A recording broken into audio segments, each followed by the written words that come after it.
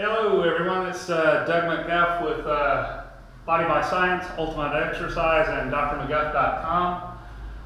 Today I wanted to announce a major technological upgrade for the video series on YouTube, and that is the purchase of brand new Expo dry erase markers. So hopefully you guys can see what I've written up here now.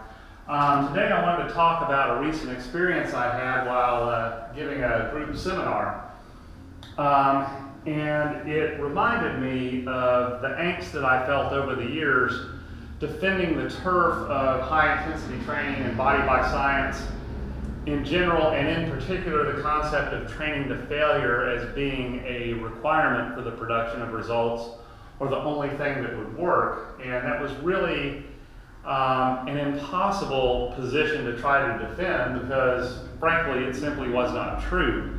Because every potential success that you could see with resistance training was in someone that did not train to failure, followed a high volume approach, or at least a more traditional form of working out than high intensity training. And how this all started to rattle around in my brain recently was I was at this group seminar teaching a group of personal trainers the Body by Science or high intensity approach. And after giving the didactic portion of the teaching, it came time to actually demonstrate the workout with the subject. And as it always happens, the volunteer to be taken through a workout selected by their peers was always the most muscular bodybuilder or personal trainer in the entire group. So they selected this very muscular young man to be my subject for the demonstration workout. And this guy had obviously been very successful under his own tutelage in following a traditional training approach. And despite, the didactic portion of the lecture, which really should give someone a good intellectual understanding of why and how to go to failure, what I found was that as I took this person through a set, as they started to reach muscular failure, that is at least when they got to the portion where they were approaching it, where the repetition gets really grindy and it starts to bog down, what I found was that he would just completely shut down. The moment that the repetition started to bog, he would just completely turn it off, drop the weight, and it was over. And on the subsequent exercise, I explained to him what he did and why not to do that and how not to do it. And once again, as fatigue set in, the repetition started to bog, he just dropped the weight, and it was all over. And what I came to realize with this particular individual is not only had he not ever really gone to failure, he seemed to be physiologically incapable of going to failure. No matter how much I coached him, no matter how much I coaxed him in that single session, I could not get him to actually go to complete failure.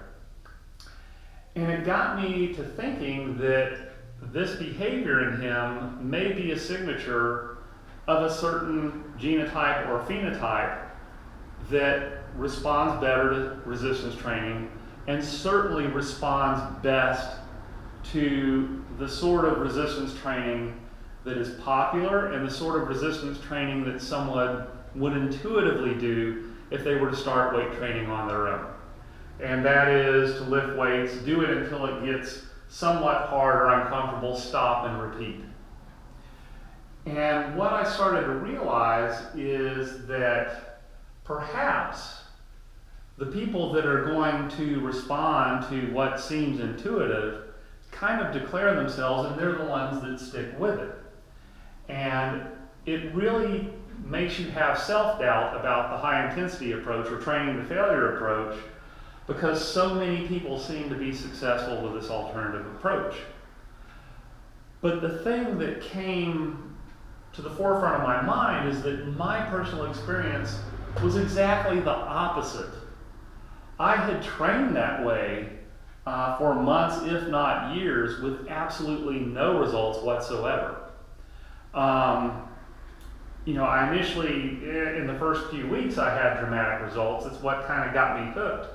But beyond that, nothing really appreciable happened until I started to train in high intensity fashion, until I came across Arthur Jones' writings, actually trained to failure, started to take down my volume, and then my results took off again. So my experience was exactly the opposite of what most people that have had success with weight training was. So I started to think further about this. Most people that have good success with weight training are doing this other approach. I failed with that approach. I tried something different, high intensity and training to failure, and then had success. And it got me to thinking about the population that trains. Recently on the Corporate Warrior podcast, I heard Stuart Phillips say that of the entire population, he estimates that about 8% of the population does any form of resistance training. Not just high intensity, not just volume, but any form of resistance training, about 8% of the population takes part in.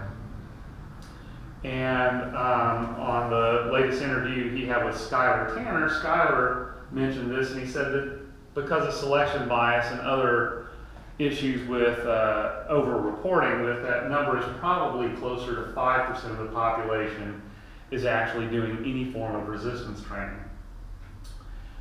And what that got me to thinking is there must be a much larger percentage of the population that has at least tried weight training, and then only 5% stuck with it. And that got me thinking about Nassim Taleb and the Invisible Graveyard and the Cicero-Diagoras debate.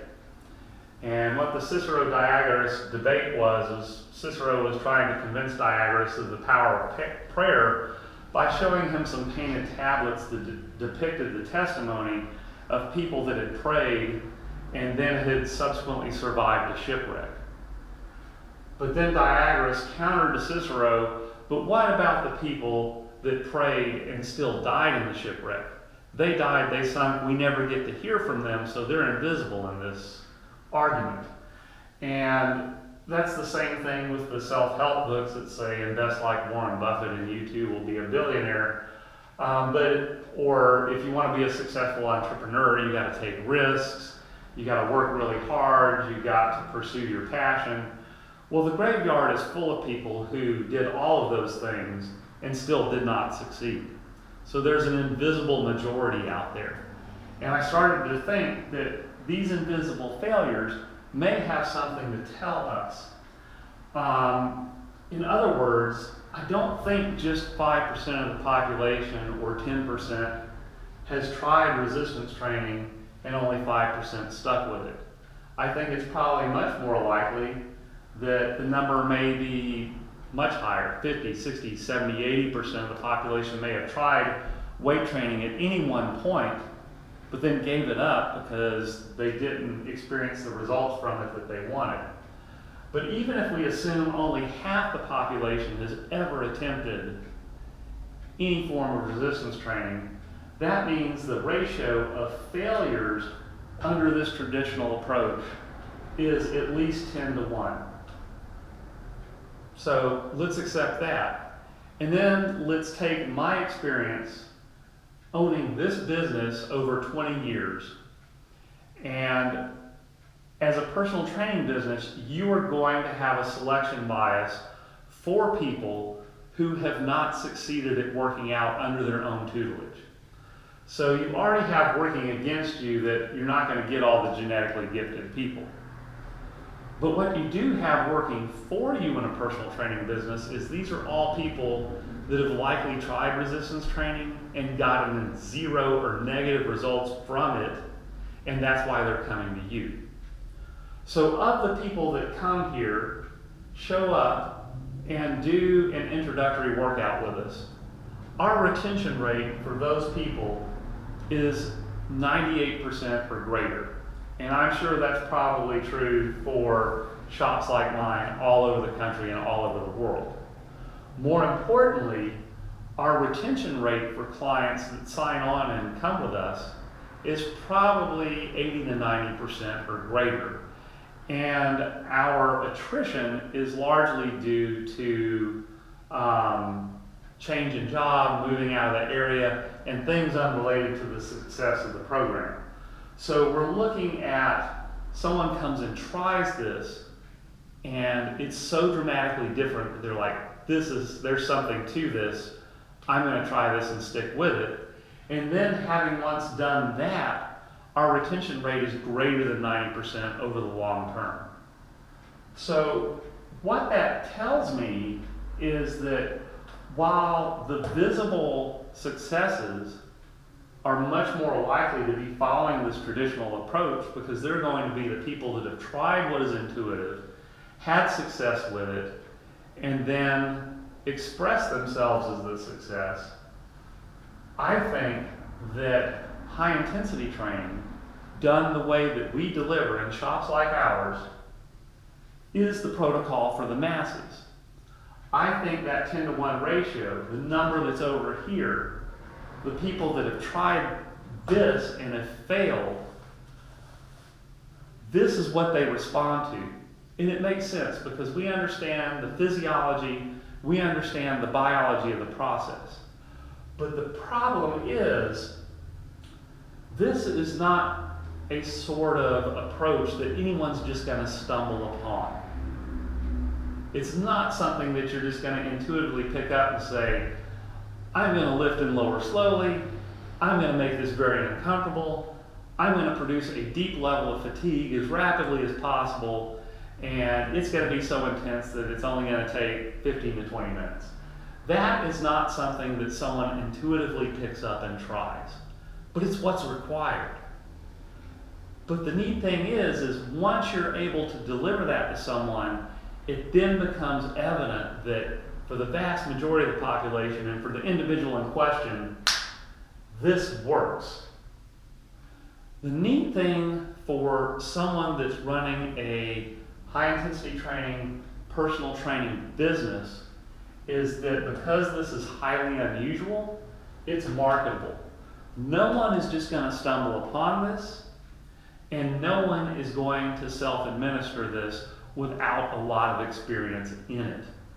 But everyone that gives this a fair go under proper tutelage gets good results. And they get good results in the context of having tried multiple other things and gotten no results or negative results.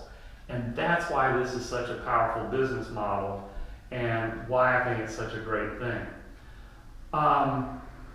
I did say that this is highly unusual and that it's not a stumble upon kind of thing. But an interesting thing is if you go back into the 1940s and you look at books written on resistance training by Perry Rader and Bernard McFadden, people that were, back in the truly old days, before the water got muddied by marketing, before the water got muddied by performance-enhancing drugs, they figured out that this was the approach that got results.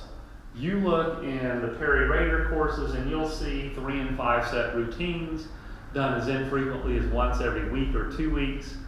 They had figured all this stuff out, but then it got drowned out over time and got lost forever. But we have resurrected that successfully. This is completely out of the mainstream. It's highly unusual. When delivered to a client, it's very impactful. And the big thing is, for this invisible graveyard, for this invisible minority, it works. And that's the power of this business. That's why this is the six-figure lemonade stand, and why I encourage anyone to open a shop doing high-intensity training if they're interested in this sort of thing. So that's my thoughts for today. I'm going to wrap it up and head home. It's Doug McGuff with Ultimate Exercise, Body by Science, and drmcguff.com, drmcguff.com. Check me out there for phone consultations, seminars, and other services. and we'll see you the next time. Thanks.